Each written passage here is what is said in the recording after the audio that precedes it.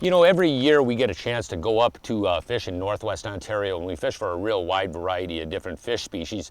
But today Jeremy and I are heading up on one of our favorite missions, and that's to hunt muskies on Eagle Lake Island Resort. It could be an interesting activity. I've never been on Eagle Lake. Jeremy boated his largest muskie he's ever caught. Yeah, my biggest Canadian muskie came out of this body of water, so I'm pretty excited. It's been over a decade since I've been there, and I haven't been to this section of the lake. From what we know, it should be a classic rock reef deal, fishing the main lake thing, and with any luck, we're going to be putting some really big fish in the boat. This is prime time. We got the moon coming up. Everything's end of August. The water temperature's starting to drop. You can see we got some real big sticks here, and you can't believe the amount of baits we have. And between Jeremy and myself, I don't know how many baits we have. Too many. We got one boat dedicated just to musky tackle. We're bringing another one for multi-species stuff because we got to go different ways, but it's going to be a fun ride, I know that. All right, let's hit it. All right. You've got a 5-hour trip ahead of us here. A 5-hour trip is nothing when you're talking about giant muskies. Today, Jer and I are taking 2 vehicles up to Northwest Ontario. Our destination, the famous Eagle Lake Island Lodge. This is one of the nicest fishing lodges I've ever been to. It's centrally located on Eagle Lake. It has all the amenities a muskie head would want. Great food, pleasant staff, comfortable cabins, and best of all, lots of 40-pound muskie swimming out there. All you have to do is find them. Like I said, Jer and I have 2 boats up here for a couple of different film shoots we're going on. So on the first day of our trip, we're going our separate ways to divvy up the lake and search out different areas. Then we will combine our knowledge to up our odds on success. So after splitting up and going our separate ways yesterday, Jim and I are jumping in this boat today, and I want to make sure to have as much information that he had in his boat in this boat. So I just went into his depth finder and grabbed the GPS coordinates and put them on an SD card, and now I'm going to transfer them onto this unit. That way, when he's talking about, oh, there's a rock pile down here that tops off at 4 feet right off of this point, it's hard to remember that just looking at the landscape. So I'll load these things in here, and we'll have all the spots from 2 boats for today.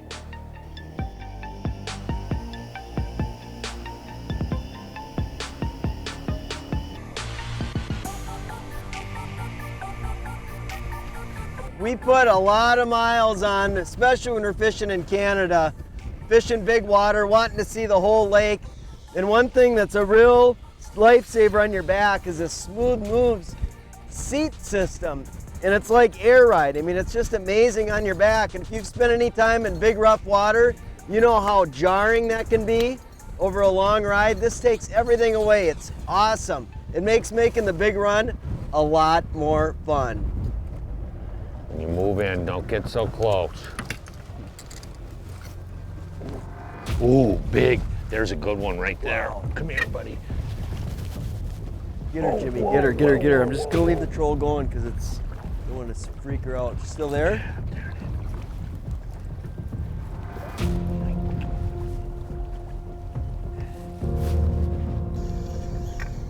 Got him. Got him. Nice, you got him. Awesome. Let's go back and get the net. All right. Is it a good one? Have you seen it yet? It looks like it's kicking your butt. Sorry, I just pushed spot lock. No problem. It's all right. It's a good one, huh? Oh, yeah. Buddy, there you go. There you go. They are strong, aren't they? Here we go. Water. Come on.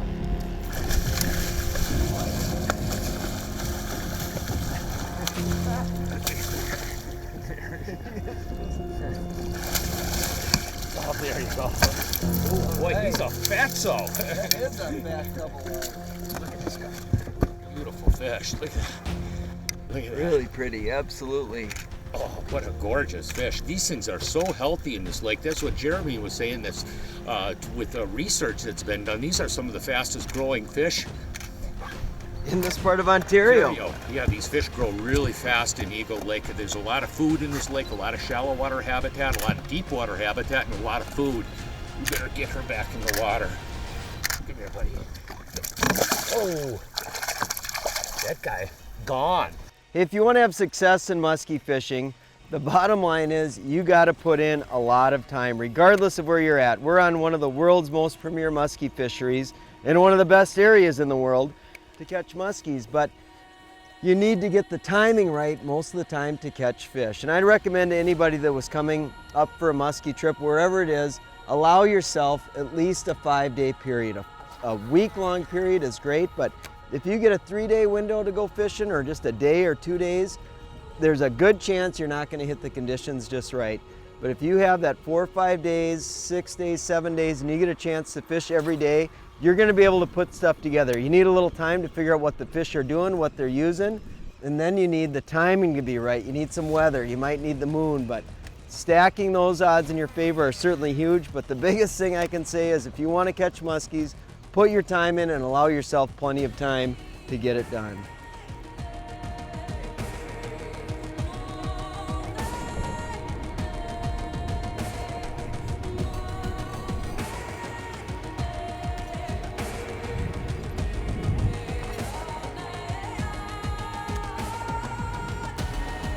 Whoa, there he Got is. him. There he is.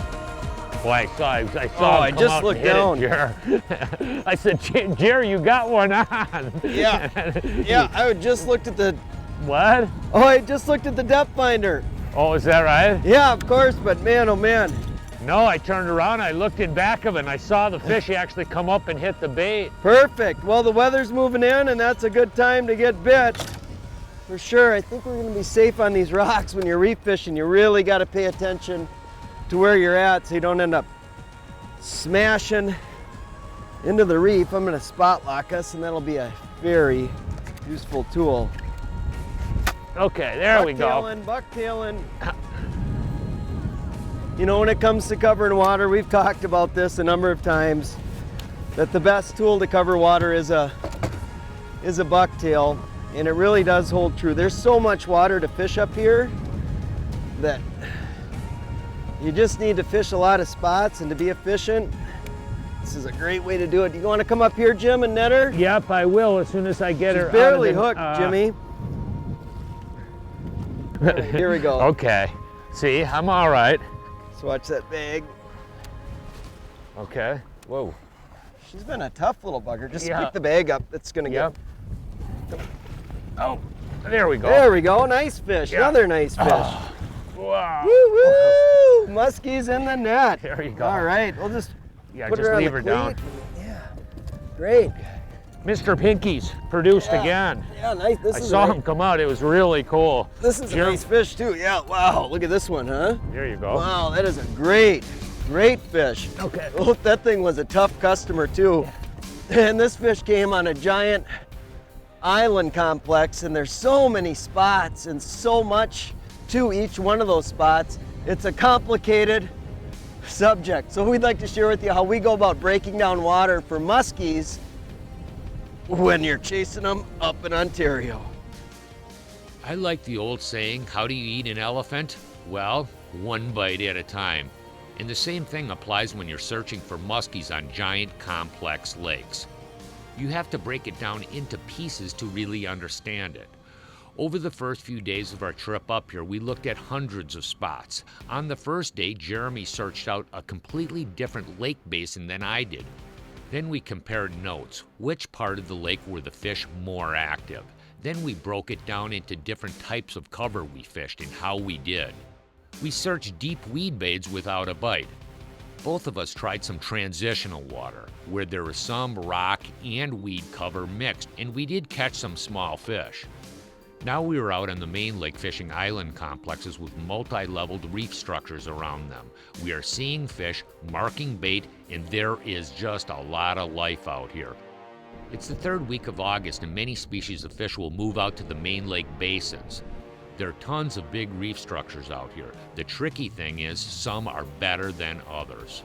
When you're looking to isolate the better underwater reef systems out on these island complexes, what you want to do is find big expansive shoals of anywhere from like 5 foot to about as deep as 20 foot. It seems like those are the best ones, and you want really big like tabletop flats of that shallower water. Even though that these reef complexes are out in the center of the lake, that big underwater shelf has a tendency to really be key to gather food and also to gather muskies. So walleyes and even big pike utilize these same complexes. Like Jim mentioned, the tabletops, or those shelves around structures, to me are the most important thing when you're fishing shield water, regardless of the species that you're looking for. And then of course the cover elements that are on top, the rock or the weed or whatever it happens to be. But pretty much any good spot that you find always has shelves around it and has greater carrying capacity for more fish.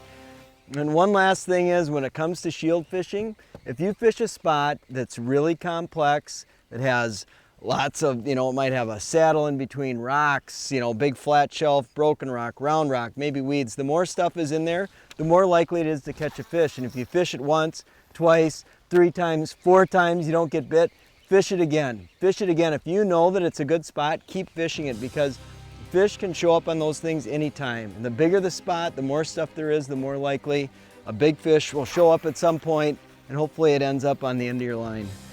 You can see all our coordinates here, how much ground that we've actually covered over the last couple of days. The interesting thing is, when we showed up here 3 days ago, there was no coordinates on this lake. It's sort of amazing how much ground you can cover and actually ID. Look at this. I mean, we've actually just combed these underwater rock piles, and is accurate. This map here is not really super accurate, and like a lot of these Canadian lakes up here, you got to go in and really sort of fine tune any underwater feature. As you can see, we're pulling in. There's nothing on the map here, but there's actually a really nice rock spine that runs from here actually onto this point here. And we'll see if we found another spot.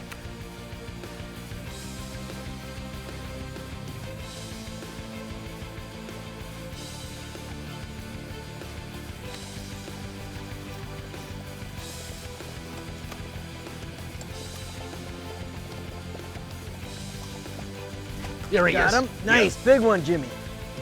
Nice. Holy smokes. Top it. Holy smokes, that thing just came out of nowhere and crushed it, huh, Yeah.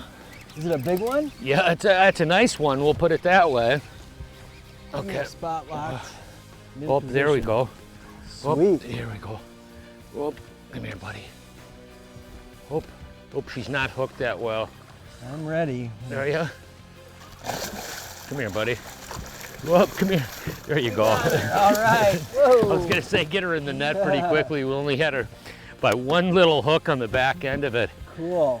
Nice. Boy, Boy, did that sound like a 70-pounder when it bit. boy, that was fun. I bet it was. I'm not kidding you.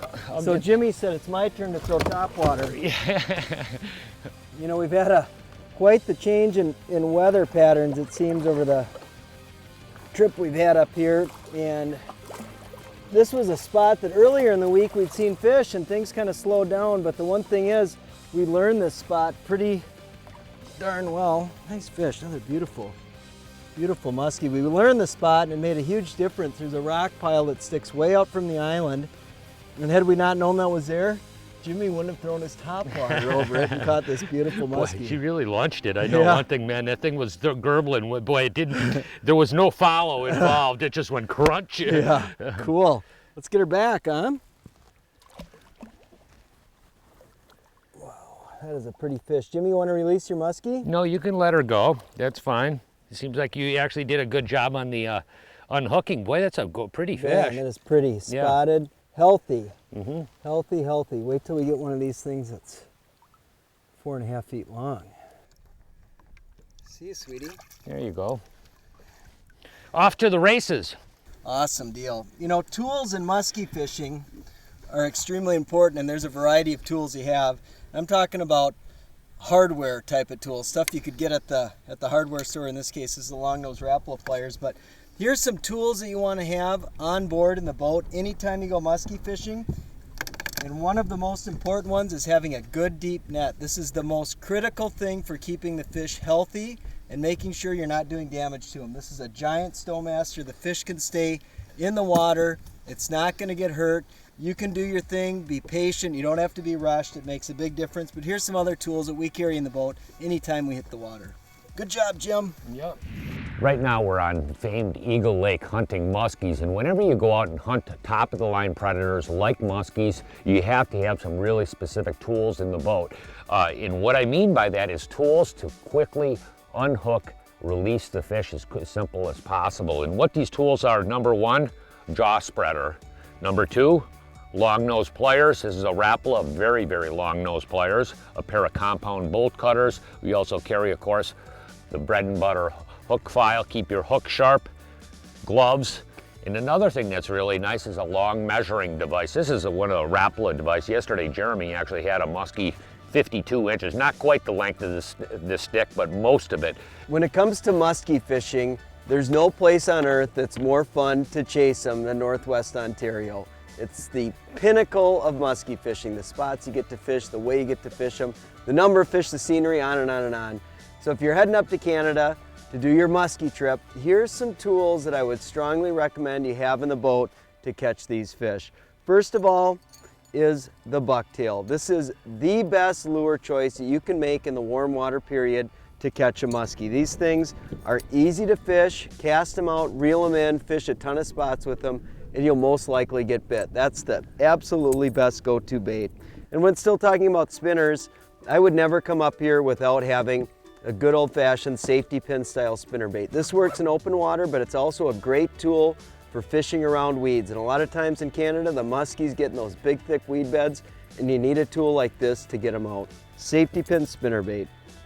Next is you gotta have a couple of jerk baits on board. Muskies love eating jerk baits, and I pack two different kinds. One that's in line, like a bobby bait or a suic.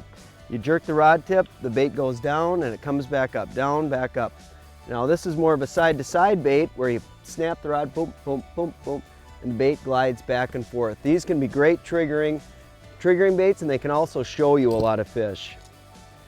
Same time, you gotta have a crankbait with for probing the depths. If you wanna do some trolling, casting deeper spots, cranks are an absolute must. Things get tough, make sure you pack some rubber along with you as well. Bulldogs, Medusas, those big pieces of rubber are certainly worth having on board. And lastly, you can never rule out topwater. No matter when you're fishing muskies, what the conditions are, there's times when the muskies won't follow anything, but they will bite on a topwater. If you've got this selection of lures on board, you don't need a lot of stuff, you just need the right stuff. You'll be able to catch muskies up here in Northwest Ontario. I've got 3 rods on the deck for fishing today, and I've got the first one that I'm throwing a lot of is, this is a 7'11" heavy power, fast action, the St. Croix Legend Tournament with a 300 size quantum reel on it. And this is just an awesome lightweight tool for throwing little baits. It can handle big fish, no problem. I could, fight a 40-pound muskie with this stick. It's got plenty of power, but it's nice to just have that lightweight rod if you need a break or you just are making a ton of casts. And then I step it up from there. Now I go to a medium heavy muskie action in the St. Croix. This is that Legend Elite, 8.5 foot, and I'm throwing, a lot of the bigger size bucktails, double 9s, double 10s on this thing, and a lot of mid-sized muskie baits. And then lastly, I've got hooked up to about 10 other lures here. I've got my heavy action. This is again an 8.5 foot rod, and this is for throwing baits that are say 5 to 10 ounces. So basically I've got rods for every size of lure that I'm throwing in the boat, the small, the medium, and the large. And I'll just mix it up throughout the day. You can't go chunking this thing for 12 hours a day or heavy baits because you start to tire. So it's nice to have something a little lighter to go to when you need a break. And all of them can definitely handle the bite of the muskie, and they're designed perfectly for the weight of the lure.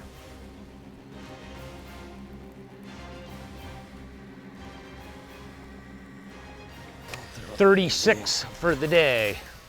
Yeah, there's plenty of them. I like the change in weather. This seems a little more conducive for an evening bite than that cold, windy stuff. Oh, got him. Got him? There you go. Big one, big one, Big one, Jimmy. I'm on it. Big I'm on one. it, Bubba. Get him. Stay tight. Stay tight on him. There you go. Yeah. Wow. Monster? It's a monster. Well, let's see. Oh, boy, yeah, look at that whippersnapper. Wow, that's a good one here.